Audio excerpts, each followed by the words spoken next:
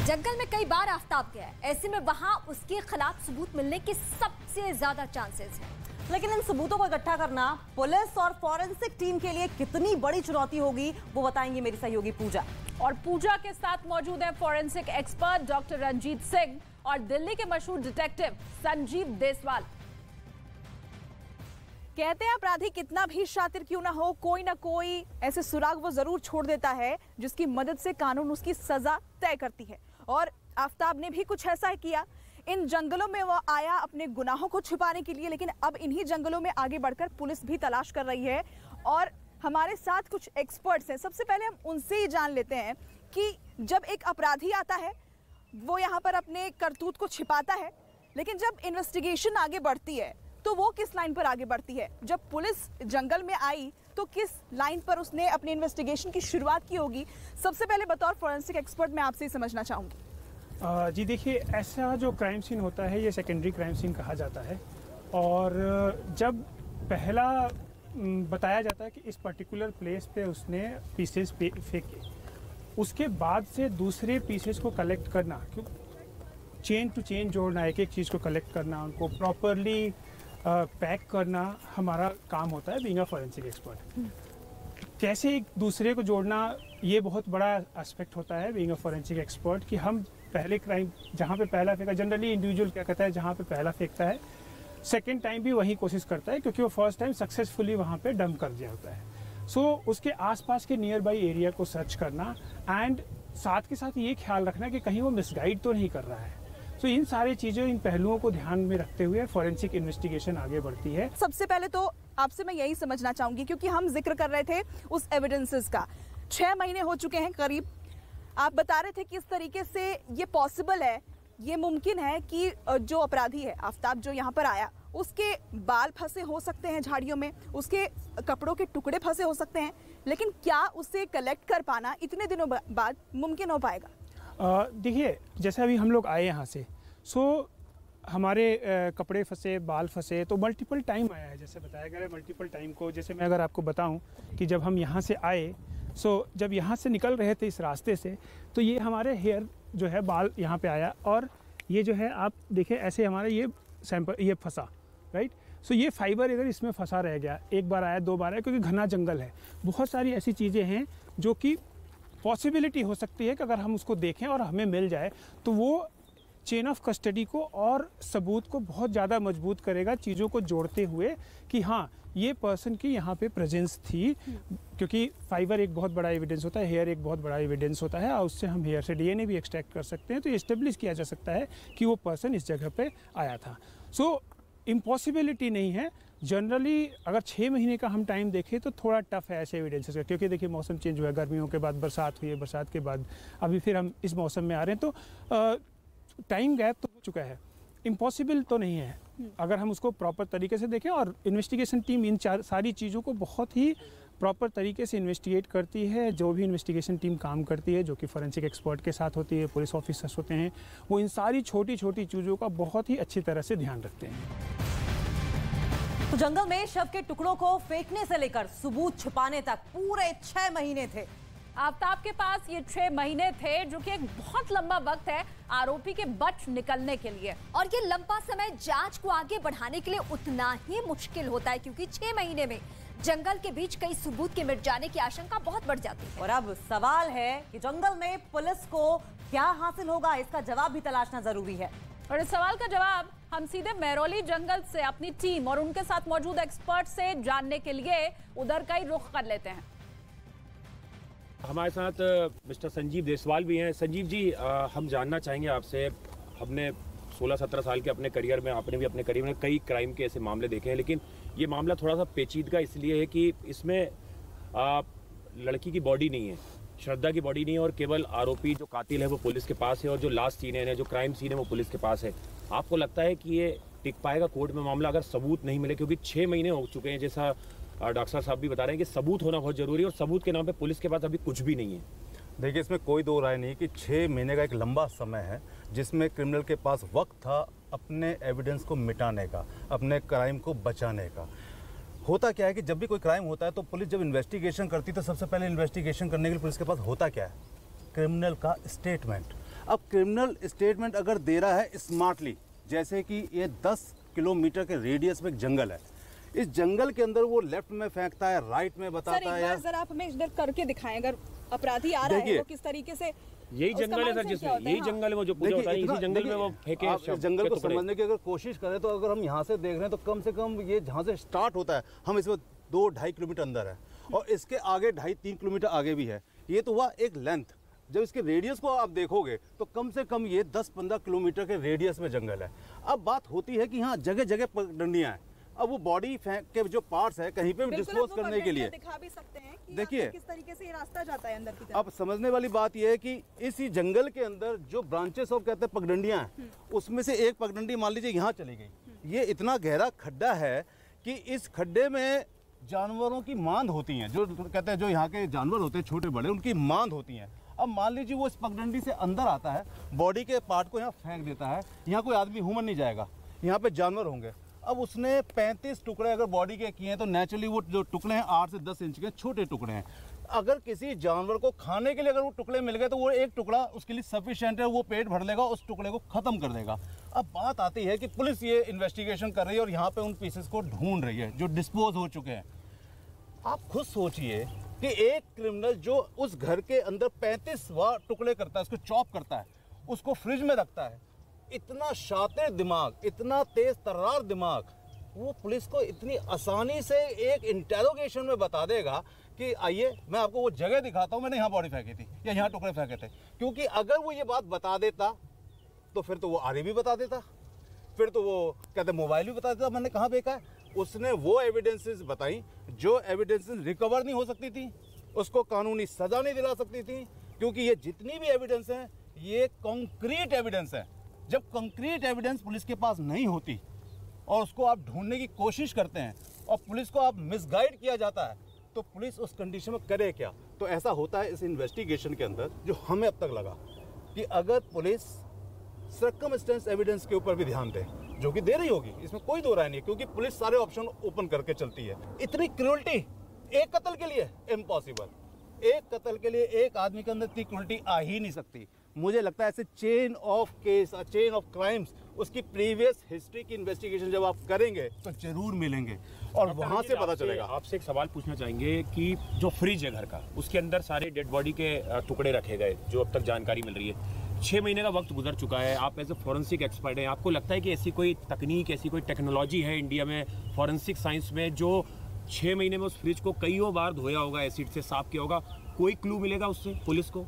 देखिए, जैसे आपने फ्रिज देखा होगा, जब फ्रिज को हम कितना भी क्लीन करें तो उसका जो रबर पोर्शन होता है उसके अंदर ब्लैक स्पॉट हमेशा ही रहता है। हमेशा ही उसके अंदर चांसेज होंगे कि जो गैप हो, मल्टीपल जो रबर, चारों तरफ रबर लगी होती है, और अगर बाहर निकल करके फ्रिज अगर डिफ्रीजिंग होता है या फिर पानी के साथ आके, तो उसमें चांसेज हैं कि फ्रिज के अंदर ब्लड सैंपल हो।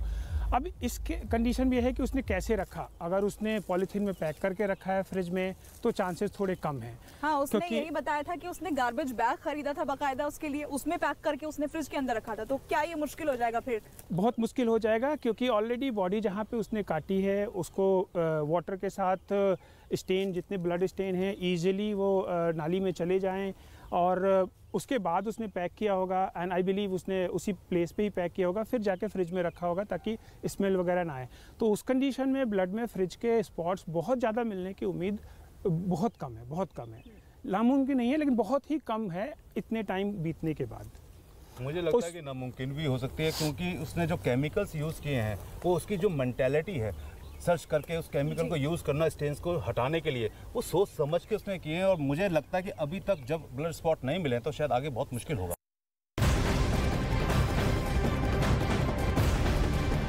श्रद्धा मर्डर केस में दिल्ली से लेकर मुंबई तक पुलिस की छानबीन लगातार जारी है। और इस बीच मुंबई में श्रद्धा के पूर्व मैनेजर करण भद्री और दोस्त गॉडविन और शिवानी महात्रे से पुलिस ने पूछताछ, जिनमें एक और पर्दाफाश हुआ है। पूछताछ में श्रद्धा के दोस्तों ने बताया है कि आफ्ताब आए दिन मारपीट किया करता था। गॉडविन ने यह भी बताया है कि आफ्ताब ने श्रद्धा का गला दबाने की पहले भी कोशिश की थी। तो बड़ी खबर इस वक्त की आपको बता रहे हैं, श्रद्धा के दोस्तों का ये कहना था कि टॉक्सिक रिलेशनशिप में वो थी और इसके पहले भी आफ्ताब ने उसके साथ मारपीट की थी, यहां तक गला दबाने की कोशिश भी की थी।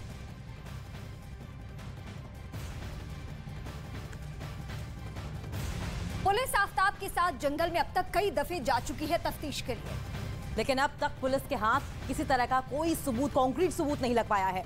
और ऐसे में सवाल ये खड़ा हो रहा है कि क्या आफ्ताब जांच में पुलिस को गुमराह तो नहीं कर रहा, या फिर उस घने जंगल के बीच जगह को लेकर खुद वो कंफ्यूज है जहां उसने शव के टुकड़े को फेंका है। इसका जवाब समझना भी जरूरी है, आपको समझाएंगे, अब रिपोर्ट देखिए।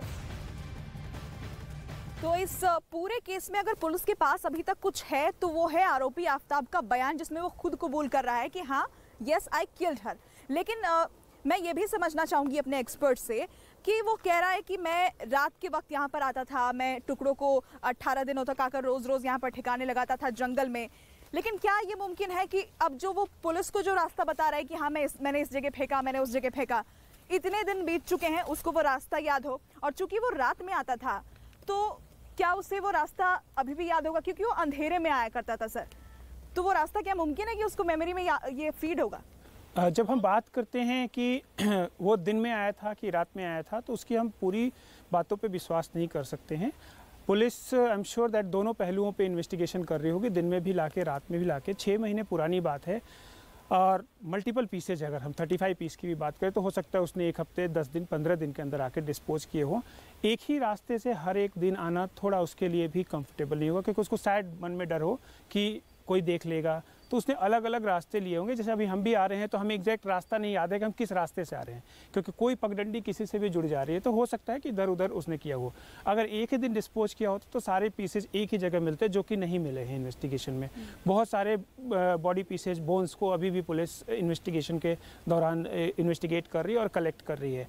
तो रास्ते एग्जैक्ट याद रखना आई थिंक पॉसिबल नहीं है किसी के लिए, वो दिन में आए या रात में आए, अनटिल अनलेस कोई चीज़ ना हो। हाँ, यहाँ पे उसके मूवमेंट को हम बहुत अच्छी तरह से ट्रैक किया जा सकता है अगर हम डिजिटल फुटप्रिंट की investigation, and I am sure that police कर रही होगी वो इन्वेस्टिगेशन डिजिटल फुटप्रिंट की, कि वो अगर आ रहा है तो आई एम श्योर वो मोबाइल फ़ोन अपने साथ लेकर के आ रहा होगा, तो उसकी मूवमेंट, उसकी गूगल टाइमलाइन, उसकी डिजिटल, क्योंकि रात के अंधेरे में रोशनी के लिए भी उसे कुछ चाहिए होगा, टॉर्च चाहिए होता है, तो मोबाइल टॉर्च यूज़ किया होगा।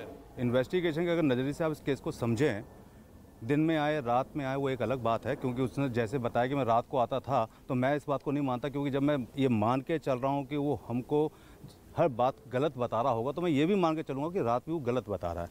अब बात आती है कि वो मोबाइल लेके आएगा, अगर इतना शातिर है तो मोबाइल को घर पर रख देगा, लेकिन जब वो रैकी कर रहा होगा तब उसके पास मोबाइल होगा, क्योंकि जब रैकी कर रहा था तब उसको डर नहीं था कि उसके पास कोई बॉडी का पार्ट है।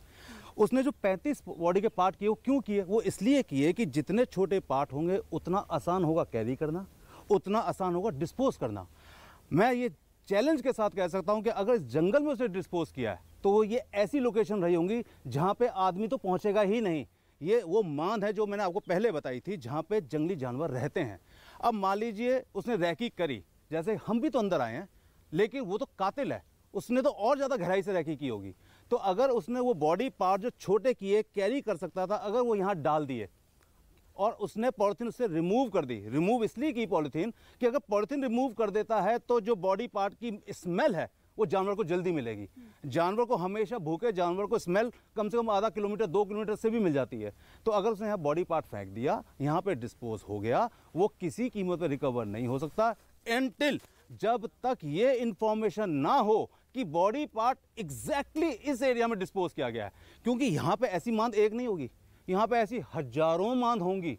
अब वो किस मांद के आसपास, हाँ ये अलग बात है, वो अलग अलग एरियाज के अंदर डिस्पोज कर रहा होगा। संजीव जी, लेकिन एक सवाल ये है कि आपने बोला कि बहुत शातिर हो सकता है कि उसकी मेंटल हालत जो है, मनोस्थिति है, वो ऐसी हो कि उसने इतना ब्रूटली मर्डर किया। आपको लग रहा है इस तरह के जो हथियार इस्तेमाल किए गए हैं वो आम हथियार दुकानों पे मिल सकते हैं? किसी की शरीर की हड्डियां तक जिससे टूट जाएं, 36 टुकड़े की बात आ रही है, 20 टुकड़े की बात कर रहा है वो, ये कैसे आपको लगता है कि वो आम इंसान कर सकता है, पढ़ा लिखा कोई? बॉडी को उसने चॉप किया है, 35 पीसेस किए हैं, तो क्या ऐसे हथियार इस देश के अंदर हैं जिससे कि बॉडी को इतनी ब्रूटली काटा जा सके? 6-6, 8-8 इंच की इतनी बड़ी बॉडी को पीसेस में काटा जा सके?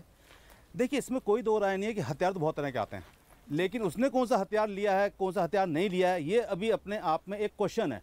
क्योंकि उसने बोल दिया मैंने आरी खरीदी है। अब आरी तो लोहा भी काटती है, आरी तो लकड़ी भी काटती है, अब आरी कौन सी ली है, हु नोज, क्योंकि कोई आरी रिकवर ही नहीं हुई है। तो देखिए, जो गुनाह आफ्ताब ने किया है उसे साबित करने के लिए पुलिस को कौन कौन से सबूत इकट्ठे करने होंगे, ये बड़ा सवाल बना हुआ है। और अभी जांच के वो कौन कौन से एंगल है जिन पर पुलिस फिलहाल काम कर रही है ताकि आफ्ताब को कोर्ट में पुख्ता तौर पे पहुंचाया जा सके, ये भी एक सवाल। पुलिस दोषी साबित कर पाए आफ्ताब को, इसे लेकर अभी पुलिस तमाम सबूत इकट्ठे कर रही है। जंगल में मौजूद हमारे एक्सपर्ट की टीम ने ये समझने की कोशिश भी की कि आखिर पुलिस के लिए दिक्कतें क्या हैं। सर, श्रद्धा हत्याकांड मामले में आफ्ताब के कबूलनामे के अलावा आपको लगता है कि इस पूरे मामले को कोर्ट में मजबूती से रखने के लिए कौन कौन से फोरेंसिक एविडेंस सबूतों की ज़रूरत है? उस क्राइम सीन से जहां पर उसने मर्डर किया है, पीसेज किए हैं, वहां से ब्लड सैंपल का कलेक्ट होना, मिलना बहुत ज़रूरी है। उसके अलावा डिजिटल एविडेंस कि उसने कितना यूज किया उसकी डिवाइस को, जैसा बताया जा रहा है कि उसके बावजूद भी उसने जो है वो डिवाइसेज यूज की हुई हैं।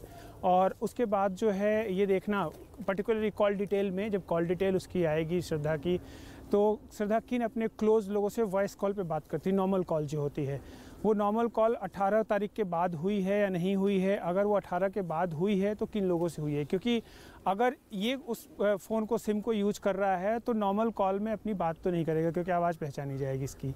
सो इस तरह के जितने भी डिजिटल एविडेंस होंगे, जो कॉल डिटेल्स होगी, ये सारे पुलिस इकट्ठा कर रही है और इसमें जो है बहुत हद तक हमें कुछ कंक्रीट प्रूफ मिलेगा ताकि हम कोर्ट में उन चीज़ को प्रूफ कर सकें। So line of action apart from the forensic test, narco analysis, digital footprint और डिजिटल एविडेंस बहुत इंपॉर्टेंट रोल प्ले करेंगे इस केस में। बिल्कुल सर, एक आखिरी सवाल और छोटा सा मैं जवाब चाहूंगी इसका कि लाइन ऑफ इन्वेस्टिगेशन क्या सोचते हैं आप, क्या होनी चाहिए इसमें? जिस तरीके से ये केस की जांच आगे बढ़ रही है, क्या वो ठीक है या और भी कोई तरीके हो सकते हैं? देखिए, जांच तो सही तरीके से ही बढ़ रही है, लेकिन हमें कंक्रीट एविडेंस की बहुत इंपॉर्टेंस है। और कंक्रीट एविडेंस में सिर्फ हमारे पास 3 ही चीज़ें हैं, या तो बॉडी पार्ट्स मिल जाएं, या ब्लड स्पॉट्स मिल जाएं, या फिर आरी मिल जाए, या कोई खून सने कपड़े मिल जाएं। लेकिन अगर ये नहीं मिलते हैं किसी भी कीमत पर, तो मुझे ऐसा लगता है कि फिर आपको हर हालत में ऐसे एविडेंसेस चाहिए जिससे आप कोर्ट के अंदर अपने केस को मजबूत कर सकें, चाहे वो फिर डिजिटल फॉर्मेट के अंदर हो, चाहे फिर वो आरी की स्टोरी हो, कहते हैं आपके जो फ्रिज है उसकी स्टोरी हो। ये सारी की सारी जो इन्फॉर्मेशन हमारे पास ऑलरेडी हैं, ये डिजिटल फॉर्मेट में अगर हमारे पास होंगी तभी हम अपने केस को 100% कोर्ट में प्रूव कर पाएंगे, अगर हमें कंक्रीट एविडेंस नहीं मिलते हैं तो। During the investigation apart from जो वो कह रहा है उसके अलावा जो हमें एविडेंस है उनकी प्रॉपर चेन ऑफ कस्टडी जोड़ करके हम इस केस को कोर्ट में बहुत अच्छे तरीके से प्रूव कर सकते हैं कि ये क्राइम उसी ने कमिट किया है। क्योंकि ना सर्कमस्टेंस जो इसके अंदर दिख रहे हैं, चेन बहुत अच्छी बन रही है, चेन ऑफ सर्कमस्टेंस एविडेंसेस इतनी अच्छी बन रही है। बहुत जरूरी हो जाता है इन सबूतों को कोर्ट में पेश करना, क्योंकि कोर्ट जो है वो अपना फैसला सुनाएगी सबूतों के आधार पर।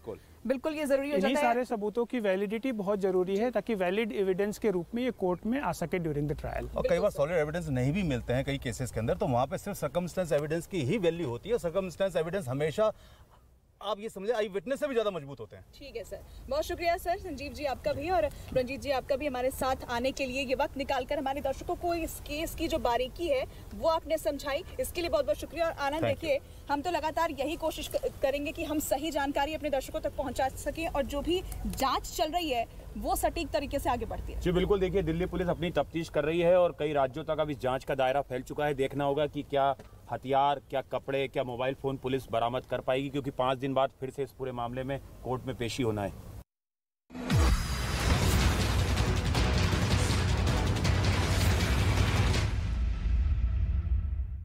और देश और दुनिया की तमाम खबरों के लिए आइए देखते हैं ताबड़तोड़ 50। प्रधानमंत्री मोदी ने गुजरात के वेरावल में की रैली, जनता को संबोधित करते हुए कहा, बीजेपी की सरकार में गुजरात का हुआ विकास।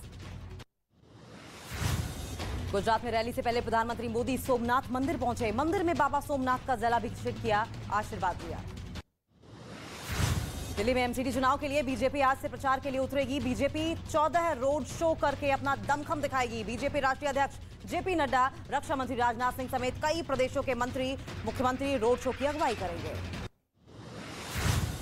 लखनऊ में मुख्यमंत्री योगी आदित्यनाथ ने उत्तर प्रदेश लोक सेवा आयोग से चयनित स्टाफ नर्सों को दिया नियुक्ति पत्र, नर्सिंग स्टाफ को दी शुभकामनाएं।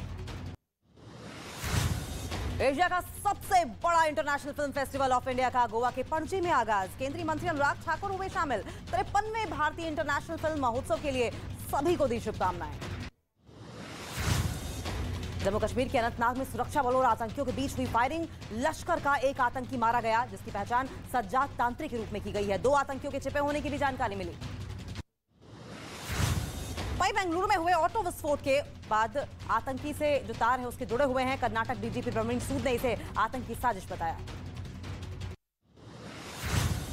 कर्नाटक के बेंगलुरु में हुए ऑटो ब्लास्ट के तार पीएफआई से जुड़े। तमिलनाडु और केरल के पीएफआई मॉड्यूल का इस धमाके में शामिल होने का शक। श्रद्धा हत्याकांड में दिल्ली पुलिस और आरोपी आफ्ताब को लेकर उसके घर पहुंची। इसी घर में आरोपी आफ्ताब ने पूरी वारदात को अंजाम दिया। उसके बाद उसके शव के टुकड़े करके टुकड़ों को ठिकाने लगाया था। श्रद्धा मर्डर केस में पुलिस की छानबीन लगातार जारी है। मुंबई में श्रद्धा के पूर्व मैनेजर करण भर्री, दोस्त गॉडविन और शिवानी म्हात्रे से पुलिस ने पूछताछ की। आफ्ताब के साथ श्रद्धा हिमाचल प्रदेश और उत्तराखंड भी गई थी। दिल्ली पुलिस की टीम हिमाचल प्रदेश के उस गेस्ट हाउस में जाकर पूछताछ कर रही है जहां अप्रैल में श्रद्धा और आफ्ताब ठहरे थे। दिल्ली पुलिस की टीम ने महरौली के जंगल में फिर से तलाशी अभियान चलाया है, जिसमें पुलिस को इंसानी शरीर के हिस्से जैसी 2 अंग मिले हैं, जिसको जांच के लिए भी भेज दिया गया है। श्रद्धा के कत्ल का आरोपी आफ्ताब का नार्को टेस्ट सोमवार यानी मंगलवार को हो सकता है। ये 2 दिनों में संभव है ये टेस्ट। दिल्ली पुलिस ने आफ्ताब के नार्को टेस्ट की जानकारी अंबेडकर अस्पताल को दे दी है। नार्को टेस्ट के दौरान आफ्ताब से 50 सवाल पूछे जा सकते हैं। पाकिस्तान में छिपे आतंकी रिंदा की मौत की खबर। ड्रग्स का एडिक्ट था रिंदा, सुरक्षा एजेंसियां कर रही है जांच। गुजरात के मुख्यमंत्री भूपेंद्र सिंह पटेल का कांग्रेस पर निशाना। कांग्रेस उम्मीदवार के विवादास्पद बयान को ट्वीट करते हुए कहा, हार के डर से बौखला गई है कांग्रेस। और वहीं पश्चिम बंगाल के बांकुड़ा में राशन कार्ड में एक आदमी के नाम में हुई बड़ी गड़बड़ी। दत्ता की जगह लिख गया कुत्ता। नाराज आदमी ने अधिकारी के सामने कुत्ते की तरह भौंक भौंक कर जताया विरोध। यूपी के गाजियाबाद में कुत्तों के झुंड ने बच्ची पर किया हमला। हाउसिंग सोसाइटी के गेट पर लगे सीसीटीवी कैमरे में रिकॉर्ड हुई पूरी घटना। दिल्ली में कुत्ते को पीटने का वीडियो हुआ वायरल। कुत्ते को आई गंभीर चोटें। वीडियो सामने आने के बाद पुलिस ने केस किया दर्ज। और मध्य प्रदेश के शिवपुरी में चोरी के शक में गांव वालों ने 2 लोगों को पीटा, जूते की माला पहनाकर घुमाया। वीडियो वायरल होने पर लोगों के खिलाफ केस किया दर्ज। यूपी के ललितपुर में अवैध शराब की तस्करी के खिलाफ आबकारी विभाग ने की छापेमारी। 240 लीटर और लहन को किया नष्ट।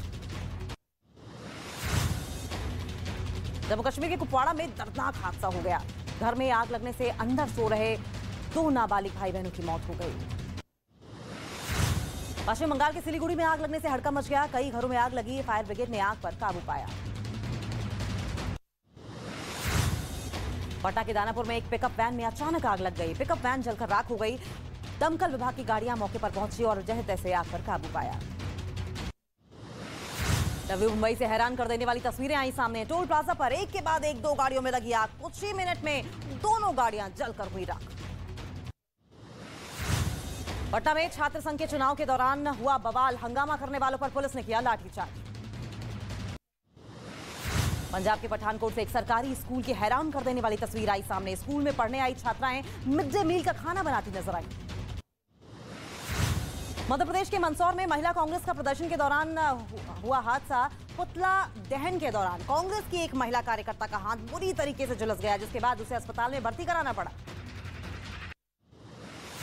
बिहार के नवादा में 3 चोरों ने एक घर और दुकान में चोरी कर की और उसके बाद फरार भी हो गए। वहां लगे सीसीटीवी कैमरे में पूरी वारदात रिकॉर्ड हो गई है, जिसमें चोर घर से सामान की चोरी करते हुए दिखाई दे रहे हैं। मध्य प्रदेश के इंदौर में खाली बिल्डिंग में नरकंकाल मिलने से हड़कंप मच गया है। मामले में पुलिस को बड़ा सुराग मिला है। बिल्डिंग के चौकीदार पर हत्या का शक जताया जा रहा है। राजस्थान के चूरू में 20 सड़क पर पलटी ट्रैक्टर ट्रॉली। हादसे में ट्रैक्टर ड्राइवर की बची जान। घंटों तक हाईवे पर लगा रहा जाम। यूपी के बुलंदशहर में मुठभेड़ के दौरान एक बदमाश गिरफ्तार हुआ, दूसरा मौके से फरार हुआ। बदमाशों पर व्यापारी के अपहरण का भी आरोप। यूपी के गाजियाबाद में पुलिस और बदमाशों के बीच जमकर हुई मुठभेड़। जवाबी फायरिंग पर पुलिस ने 3 बदमाशों को गिरफ्तार भी किया। यूपी के हाथरस में नेशनल हाईवे 93 पर कार और टैंकर के बीच टक्कर हो गई। ये टक्कर बहुत ही जोरदार थी, जिसमें 3 लोगों की आपको बता दें मौत हो गई। पटना में कबाड़ के दुकान में अचानक आग लग गई। दुकान में सारा सामान जलकर राख हो गया है। फायर ब्रिगेड ने आग पर काबू पा लिया। बिहार के मुजफ्फरपुर में हार्डवेयर की दुकान में आग लगी। शॉर्ट सर्किट की वजह से ये आग लगी। दुकान में रखा सारा सामान जलकर राख हो गया।